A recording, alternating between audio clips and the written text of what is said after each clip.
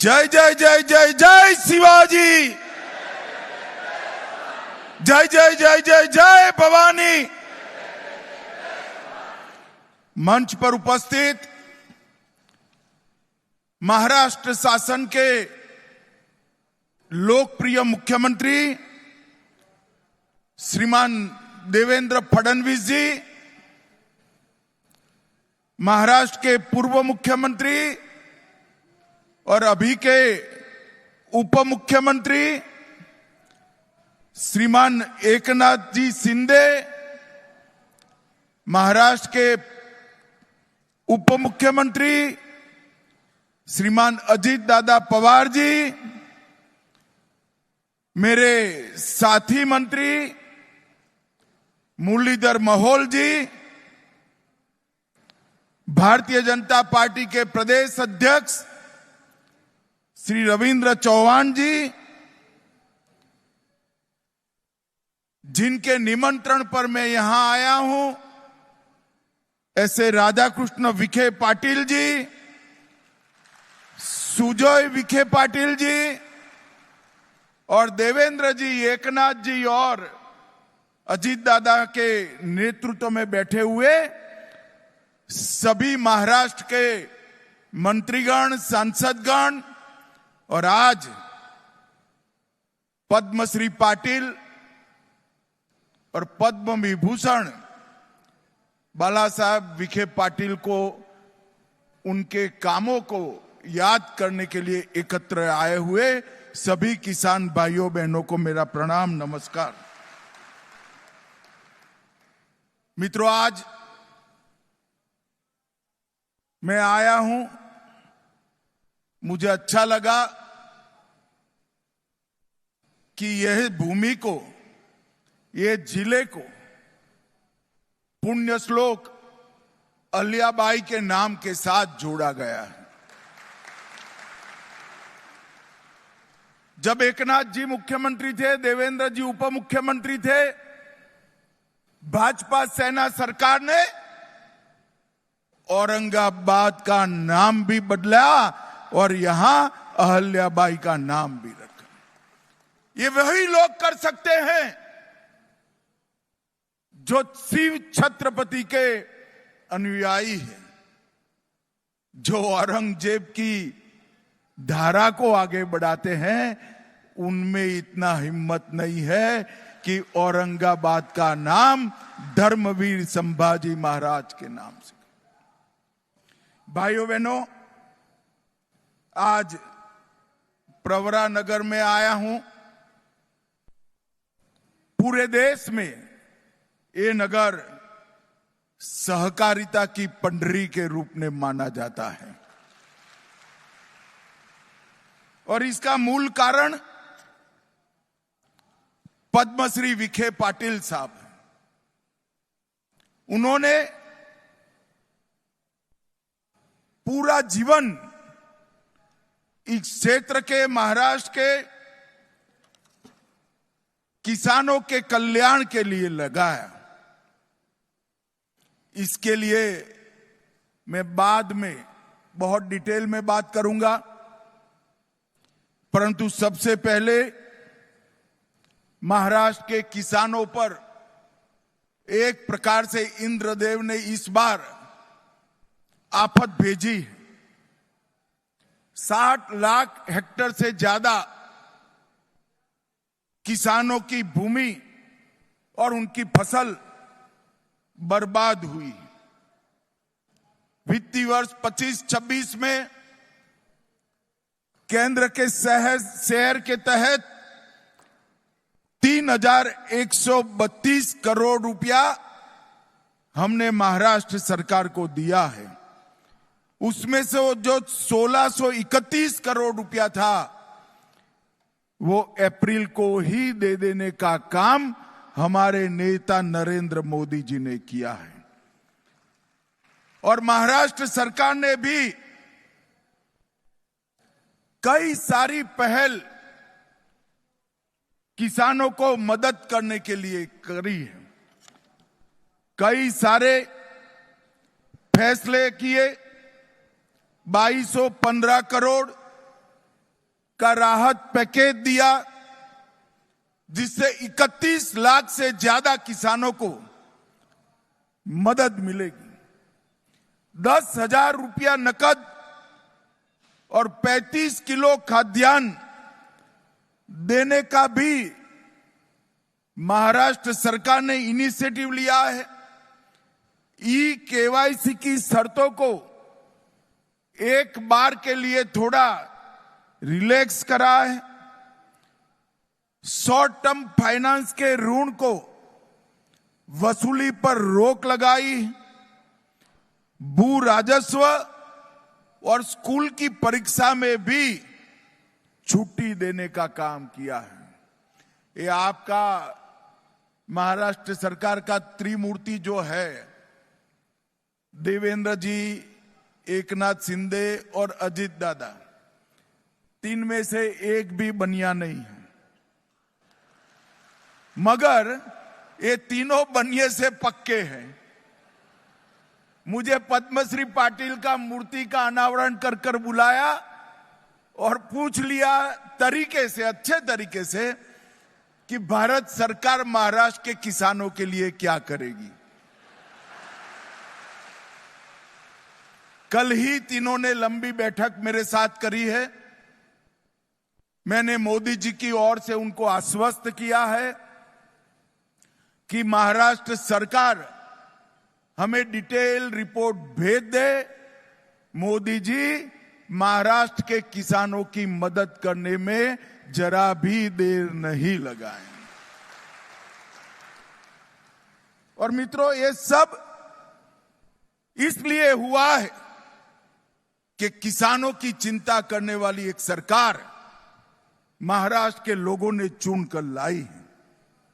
हमारे एनडीए के सभी विधायक अपने 1 महीने का वेतन सीएम रिलीफ फंड में दिया है।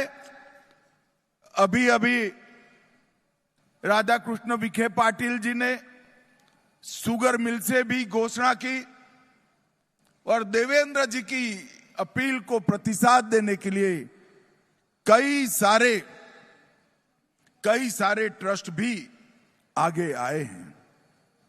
भाइयों बहनों, आज यहां मेरे आने का एकमात्र कारण है पद्मश्री डॉक्टर विठ्ठलराव विखे पाटिल और डॉक्टर बाला साहब विखे पाटिल के पुतले का, आदम कद से भी ऊंचे पुतले का अनावरण करना और उनको कार्य की अंजलि देना। डॉक्टर विठ्ठलराव विखे पाटिल जी भारत के सहकारिता के आद्य पुरुषों में से एक। महाराष्ट्र के सहकारिता का इतिहास उठाकर जब अभ्यास करते हैं, पद्मश्री विखे पाटिल, धनंजय राव गाडगिल और वैकुंठ भाई मेहता, ये त्रिपुटी ने महाराष्ट्र के किसानों के लिए सहकारिता की नींव डालने का काम किया। और पद्मश्री पाटिल ने समग्र दुनिया में एक प्रकार से सबसे पहला कोऑपरेटिव साकर कारखाना डालने का काम हमारे पद्मश्री पाटिल ने किया। और इसके कारण न केवल महाराष्ट्र, गुजरात, कर्नाटक, उत्तर प्रदेश, कई राज्यों के किसान समृद्ध हुए और साकर कारखाना, उसका मुनाफा व्यापारी के घर में जाने की बजाय किसानों के बैंक अकाउंट में जाने की व्यवस्था आज देश में बनी है। तो उसके पुरोधा, इसके स्थापक डॉक्टर विठ्ठलराव विखे पाटिल जी थे। मैं आज वो महान आत्मा को मनपूर्वक याद करना चाहता हूं। उनके ही सुपुत्र डॉक्टर बाला साहब विखे पाटिल जी, इन्होंने कोऑपरेटिव को तो मजबूत किया, मगर कोऑपरेटिव इंस्टीट्यूशन के माध्यम से शिक्षा, स्वास्थ्य और ग्रामीण विकास, ये तीनों क्षेत्र के अंदर कोऑपरेटिव का मुनाफे से विकास करने की एक नई परंपरा बाला साहब विखे पाटिल ने डाली। 8 दशकों से अधिक लंबे अपने जीवन में 7 बार सांसद चुनकर आए और अटल जी की सरकार में उन्होंने बहुत अच्छे से काम भी किया। मैं 2 बार उस वक्त उनको मिला था। हमारे गुजरात में एक माधुपुरा कोऑपरेटिव बैंक डूब गई थी, तब वो वित्त मंत्री का काम संभाल रहे थे, एमओएस वित्त थे। हम उनके पास गए थे, उनकी महत्वपूर्ण भूमिका थी आरबीआई को एक revival package Madhupura mercantile cooperative bank को देने के लिए, और यह इतना बड़ा योगदान था जिसके कारण 225 कोऑपरेटिव बैंक गुजरात के बच गए थे और बड़े संकट से उभर कर बाहर आए। इसलिए मैं डॉक्टर बाला साहब विखे पाटिल जी को भी बहुत मनपूर्वक इस समारोह में याद करना चाहता हूं, और उनका जो पुतला लगा है वो चौक को, वो स्थान को पद्म सम्मान का बहुत अच्छा नाम देने का काम राधा कृष्ण विखे पाटिल जी और सुजोय ने किया है। इसके लिए भी मैं उनको बहुत बहुत धन्यवाद देता हूं। मित्रों, आज डॉक्टर विठ्ठलराव विखे पाटिल सहकारी चीनी कारखाने का नवीनीकरण भी हुआ है। जब 50-51 में ये कारखाने की स्थापना हुई तब 50 टन गन्ना प्रतिदिन की क्षमता से शुरू हुई थी और आज 72 टन गन्ना प्रतिदिन ये प्रोसेस करता है, और आने वाले समय में 7200 मैट्रिक टन प्रतिदिन से आगे बढ़कर 15,000 टन प्रतिदिन तक एक क्षमता का विस्तारण होगा। जब मोदी जी ने सहकारिता मंत्रालय की स्थापना की तब सहकारिता क्षेत्र में सहकारी चीनी मिलों को मजबूत करने के लिए एनसीडी की योजना आई, और जो अच्छे यूनिट थे उसको हमने फाइनेंस किया, और उसी में से ही आज डॉक्टर विठ्ठलराव विखे पाटिल सहकारी चीनी कारखाने का विस्तरण हो रहा है। और मित्रों, ये शुगर मिल ने अल्कोहल डिस्टिलेशन संयंत्र जो 70 में लगाया, 15 KLPD की इनकी क्षमता थी, आज 92 KLDP का हुआ है, और हमने 240 KLDP ले जाने की उनको मंजूरी दे दी। इथेनॉल संयंत्र 20 KLDP का था, अब 150 KLDP का हुआ है। Bio gas plant 12,000 cubic metre पर दिन था, अब 30,000 तक काम करता है, और को जनरेशन प्लांट 30 मेगावाट से 68 मेगावाट तक पहुंचा है। और मित्रों, प्रेस मड से जैविक खाद 75 मैट्रिक टन ये कारखाना बनाता है, जो ऑर्गेनिक खेती को आगे बढ़ाएगा। मित्रों, ये ठोस कदम अच्छे तरीके से चल रहे इस कारखाने ने बनाए हैं, और मोदी जी के नेतृत्व में शुगर मिलों की संख्या में 67 की वृद्धि हुई है। चीनी उत्पादन में 10 लाख मैट्रिक टन की बढ़ोतरी हुई है। डिस्टिलरी 2 गुना बढ़ी है, इथेनॉल की उत्पादन क्षमता 5 गुना बढ़ी है, इथेनॉल की आपूर्ति 10 गुना बढ़ी है और पेट्रोल में इथेनॉल का ब्लेंडिंग 20% तक पहुंच गया है। ये सभी बताता है कि मोदी जी के प्रधानमंत्री बनने के बाद हमारे कोऑपरेटिव शुगर क्षेत्र को कितना बड़ा फायदा मिला है। मित्रों, एक्सपोर्ट सब्सिडी से लेकर सबसे बड़ी बात जो देवेंद्र जी और दोनों उप मुख्यमंत्री ने बताया, किसानों का 10,000 करोड़ से ज्यादा इनकम टैक्स को माफ करने का काम भारतीय जनता पार्टी की मोदी सरकार ने। एक जमाना था कि सेटलमेंट कॉरपोरेट के हुआ करते थे, पहली बार सेटलमेंट एक्ट बनाकर कोऑपरेटिव का करने का काम किया है और रिट्रोस्पेक्टिव इफेक्ट से, पाश्चात्य असर से किया है। ये 10,000 करोड़ माफ किया, इतना ही नहीं, हर साल 4400 करोड़ का बोझ आगे पर कभी भी अब नहीं आएगा। ये बहुत बड़ा इनिशिएटिव नरेंद्र मोदी जी ने लिया है। मित्रों, आज मैं यहां आया हूं तब सहकारिता शुगर कारखानों को, सारों को एक अपील करना चाहता हूं कि आपके इथेनॉल संयंत्र को मल्टी फीड इथेनॉल संयंत्र बनाएं। इसके अंदर सब्जियों का कचरा, मक्के से इथेनॉल बनाने की व्यवस्था और चावल से इथेनॉल बनाने की व्यवस्था भी आप कर सकते हैं।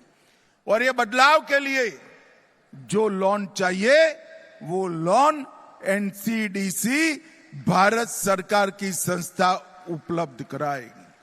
और हमने सारी कोऑपरेटिव से इथेनॉल खरीदी में उनको प्रायोरिटी दिया है। निजी कंपनी है तो इसका इथेनॉल बाद में लिया जाएगा, कोऑपरेटिव कंपनी है, कारखाना है तो इसका पहले लिया जाएगा। एनसीडीसी की ऋण योजना से 10,000 करोड़ रुपए हमने प्रदान किया है और सिरा पर जीएसटी 28% था, उसको 5% करने का काम नरेंद्र मोदी जी ने कहा है।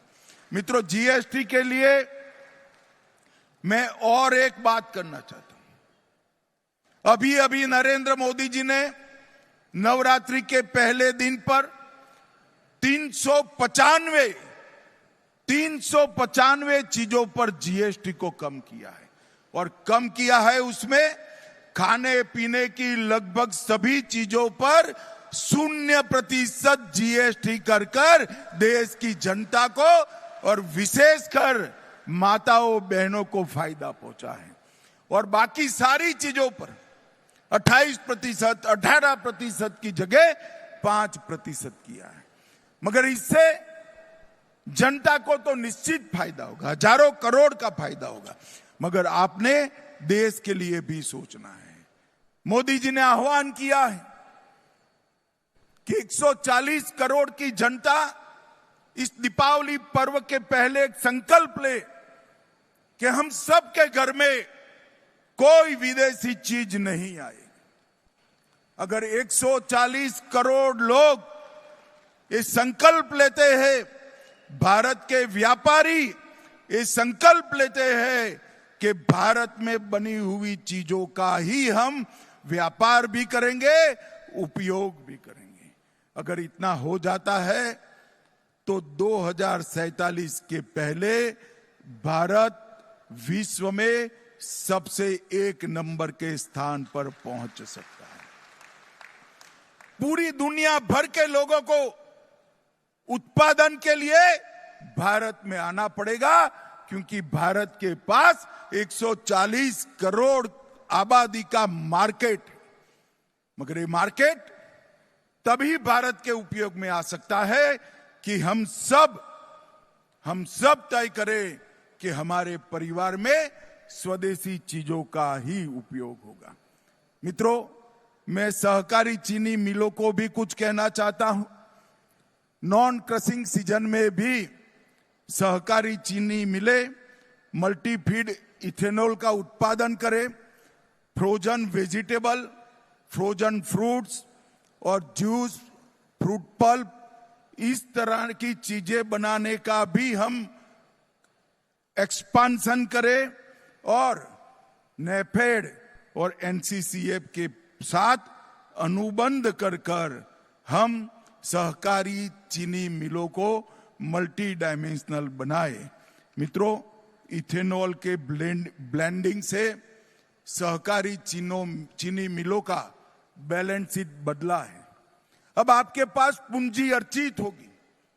ये अर्जित पूंजी का 20% अगर हम सहकारी चीनी मिलों के एक्सपांशन के लिए रखते हैं तो आने वाली पीढ़ियां भी किसानों की समृद्ध होती रहेगी। इसमें किसी को कोई संशय रखने की जरूरत नहीं है।